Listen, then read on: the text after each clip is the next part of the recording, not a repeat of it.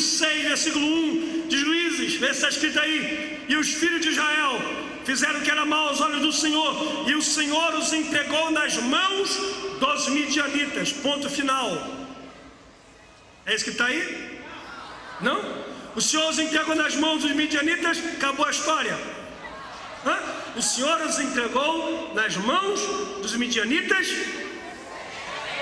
por 7 anos. Se a Bíblia dissesse: o Senhor os entregou nas mãos dos midianitas, ponto final, o povo que foi criado em Gênesis, liberto em Êxodo, aprendeu a adorar em Levítico, caminhou 40 anos no deserto em Números, reaprendeu a lei no Deuteronômio e entrou na terra em Josué, acabaria em Juízes, porque o Senhor os entregou nas mãos dos inimigos e ponto final. Deus os entregou, acabou a história. Mas não, o Senhor os entregou na mão dos inimigos, mas tem prazo de validade.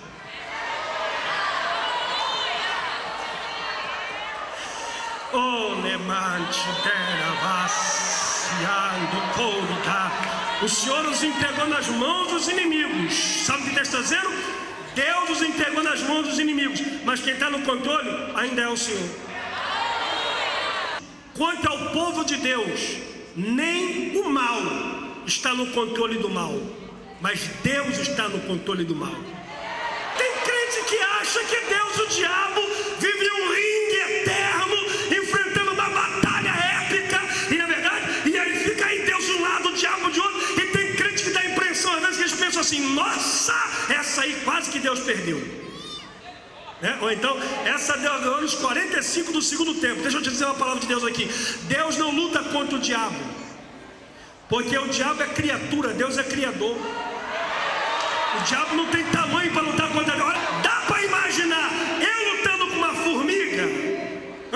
Eu e uma formiga. A diferença teu para a formiga e Deus para o diabo é que a minha distância para a formiga é muito pequena. A distância de Deus para o diabo é muito grande. A Bíblia fala de uma batalha entre Deus e o diabo. Tessalonicenses, Paulo fala sobre essa batalha. O anticristo se levantará e o Senhor o destruirá com o sopro da sua boca.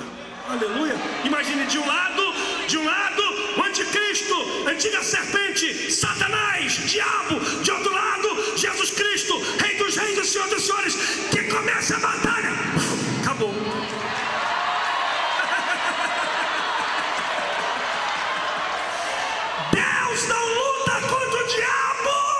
Por favor, não me tenha por mal, eu vou te provar biblicamente. Deus às vezes até usa o diabo. Acabou a glória? Quando Deus quer fazer Jó, que é um cara bom, um cara melhor, quem é que Deus usa? A gente acha que foi o diabo que foi lá falar com Deus. Não, o diabo está lá desavisadão, andando. Aí Deus diz: ô Satanás. Aí o diabo diz: fala, Jeová, tu viu Jó? Bem que eu ia falar dele com o senhor hoje mesmo, viu? E aí Deus vai tentar o diabo.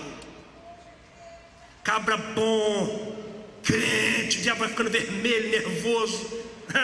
Cabra bom, se desvia do mal, o diabo vai ficando nervoso. Aí o diabo explode, mas é claro, o Senhor deu tudo para ele, comprou a adoração dele. Deus diz: vai lá e toca nele. Aí o diabo vem, toca na saúde, toca no dinheiro, toca no desempregado, toca nos animais, toca na casa, mata os filhos, deixa o cara doente. Aí no final da história, capítulo 1 e capítulo 2, o diabo aparece. Capítulo 3, o diabo some. Os próximos 40 capítulos não tem referência ao diabo. Sabe qual a raiva de Satanás? Ele vem e faz o trabalho sujo. No final do livro, Jó está mais rico do que antes, mais famoso do que antes, os filhos mais bonitos do que antes. Ele está melhor que antes. O diabo sumiu, porque ele veio e fez o trabalho, te tornou mais forte, escafedeu-se. Ele só veio para fazer o trabalho, qual? Te fortalecer. Aleluia. Sabe qual é o problema? E aqui eu encerro. O grande problema é que nós tendemos a confundir momentos com história. Ajude o pregador, diga para alguém do seu lado: não confunda momento com história. Porque todo homem de Deus na Bíblia teve o seu momento. Noé se embriagou, encheu a cara de vinho, seus filhos viram sua nudez. Abraão mentiu dizendo que Sara era só sua irmã, quando na verdade era minha irmã e esposa. Moisés matou egípcio, se escondeu na areia, feriu a rocha quando Deus mandou tocar e não entrou na terra prometida. Elias pediu a morte no deserto, fugindo de Jezabel. Davi adulterou e matou o marido da mulher que tinha tomado a força e se deitou com ela. Agora, sabe o que é lindo na Bíblia? mais lindo na Bíblia é que Noé se embriagou, mas ele não é conhecido como Noé o bêbado, é Noé o amigo de Deus.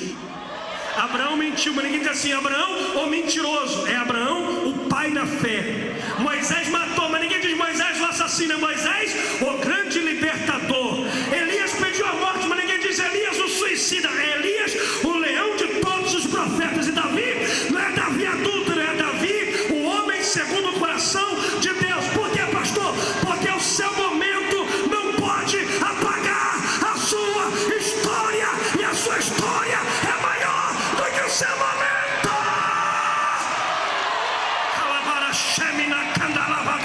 Deus está falando com alguém aqui essa noite. Esse momento não vai te parar, a sua história vai continuar.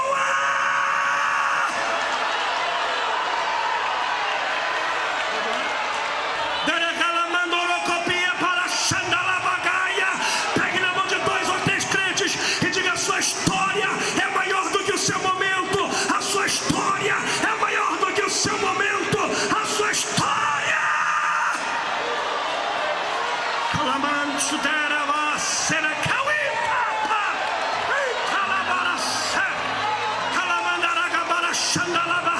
Deus está renovando crentes que chegaram aqui essa noite desanimados, estão passando momento de tristeza, momento de fracasso. Você pode estar passando um momento de fracasso, mas você não é um fracassado.